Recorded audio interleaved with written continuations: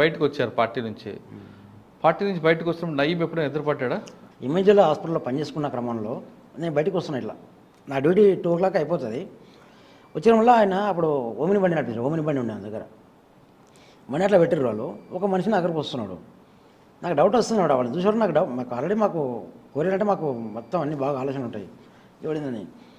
నేను వాళ్ళని చూసిన నాకు డౌట్ వస్తుంది, నా మడే వస్తున్నాడు. నేను పైకి వెళ్ళిపోయాను, మళ్ళీ లోపలికి వెళ్ళినా. అంటే హాస్పిటల్ లోపల జరిగినా ఇంజనీర్ హాస్పిటల్ చూసుకుంటుంది, బయట జరిగితే మనకు సంబంధం ఉంటుంది హాస్పిటల్లో. లోపలికి వెళ్ళిపోయినా వాడు నన్నే ఫాలో అవుతున్నాడు. ఏందబ్బా అనుకున్నా, మా భార్యకు ఫోన్ చేసిన, ఇట్లా ఒక అతను అబ్జర్వ్ చేస్తున్నాడు, అర్థం కావట్లేదు, నాకు డౌట్ ఇట్లా ఉంది అంటే, సరే బ్యాక్ సైడ్ నేను వచ్చేసి నేను వస్తానని చెప్పి మా భార్య అయిపోయింది. ఎంత దొంగ నేను ఇవ్వాలి నాకు అర్థం కాలేదు, నువ్వేం రాకు, ఎంతవరకు అయితే చూద్దాం, అది కూడా చూసుకుంటాను, ఎట్లయితే అట్లా. కానీ మెసేజ్ నేను చెప్తున్నా, నువ్వు ఏం రాకు అని చెప్పాను. సరే నా పిల్లని అడిగిన, నన్ను బాగా కవర్ చేసుకుంటూ వస్తున్నాడు. ఏమన్నా ఏమి ఇట్లా నా ఎంబడస్ ఇట్లాంటి లాంగ్వేజ్ మార్చిన, ఏమి ఇట్లా రికమెండ్ చేస్తున్నావు, నా ఎంబడస్ ఏంది అన్నా. అంటే మీ లాంగ్వేజ్ ఎట్లా ఉంది అంటున్నాడు. ఏమి ఎట్లా మాడుతున్నావు, చికెన్ మటన్ మాడుతున్నావే, ఏమి అట్లా నందెల కర్రలు అట్లా మాడతారు. నీ పేరు రమాకాంత్ కదా అంటే, రమాకాంత్ ఏమి ఎట్లా అంటివి, నా పేరు భాస్కర్ రెడ్డి కదా ఆంటీ.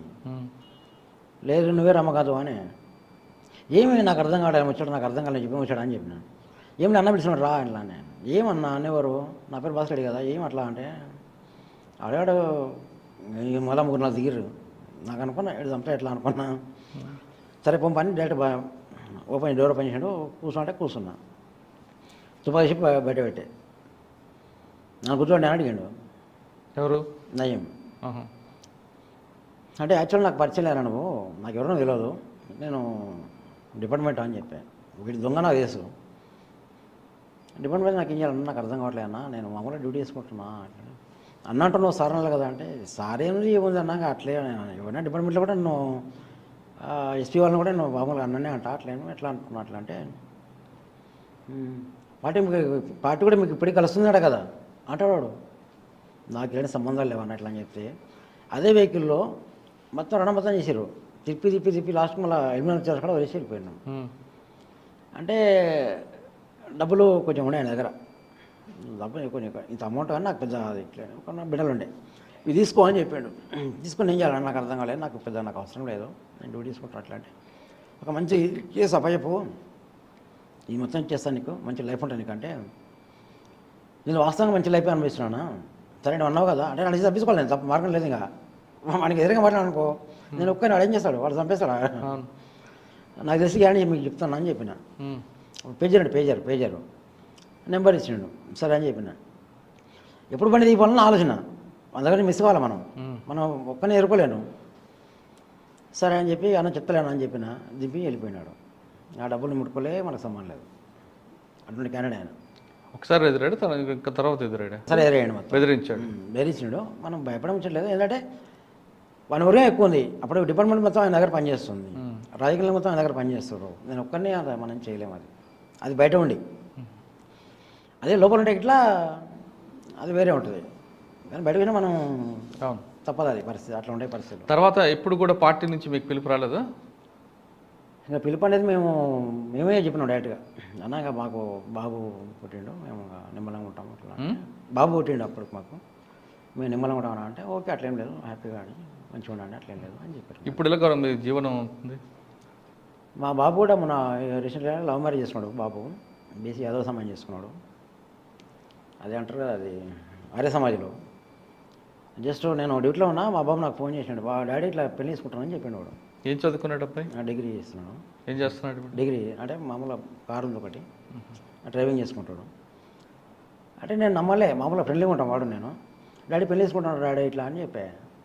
నేను మా భార్య చెప్పిన, పెళ్లి చేసుకుంటారా పోందా అంటే, ఎక్కడ పెళ్ళి అండి ఇట్లా మా బాబు మన కూడా చేసుకుంటాం. సరేలే పోయినాం, వాళ్ళ అమ్మనే రాలేదు.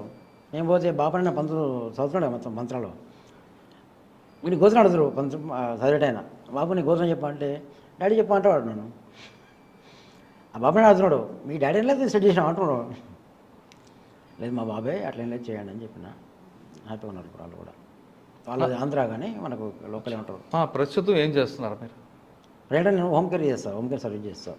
ఒక పేషెంట్ ముసలి వాళ్ళు ఉంటారు కదా, వాళ్ళు భోజనం చేయకుండా కానీ మనం భోజనం చేయించడం కానీ, ముక్కులో పైప్ వేయడం కానీ మూత్రం పైప్ వేయడం కానీ వాళ్ళ హెల్త్ చూసుకోవడం కానీ అటువంటి నేను నా ఓన్గా చేసుకుంటాను ఇక్కడ ఎల్బీనగర్లో. 44 ఇప్పుడు మీరు కుల వివక్ష కోసం చూశారు, వెళ్ళారు, పార్టీలో ఉన్నారు, కొంతకాలం పనిచేశారు, బయటకు వచ్చారు.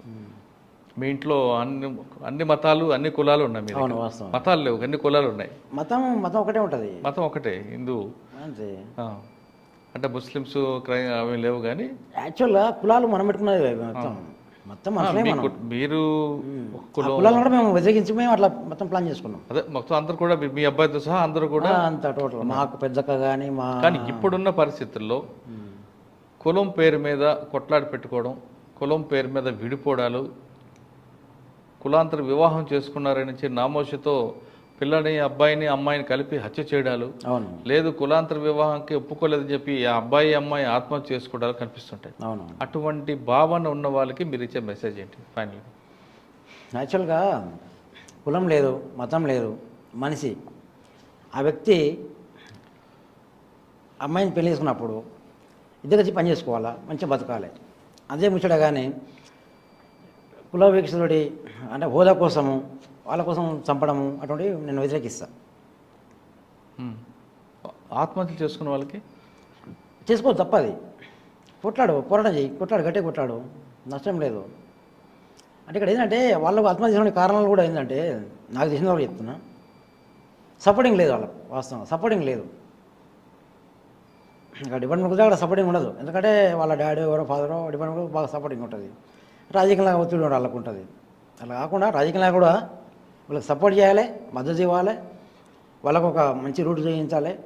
వాళ్ళ చదువుకు సంబంధించి స్టడీకి సంబంధించి చిన్న జాబ్ ప్రైవేట్ గానో ఏదో ఒక జాబ్ కల్పించి వాళ్ళు మంచి బతకనే లైఫ్ ఇవ్వాలి వాళ్ళకు. అది నేను కోరుకుంటున్నాను.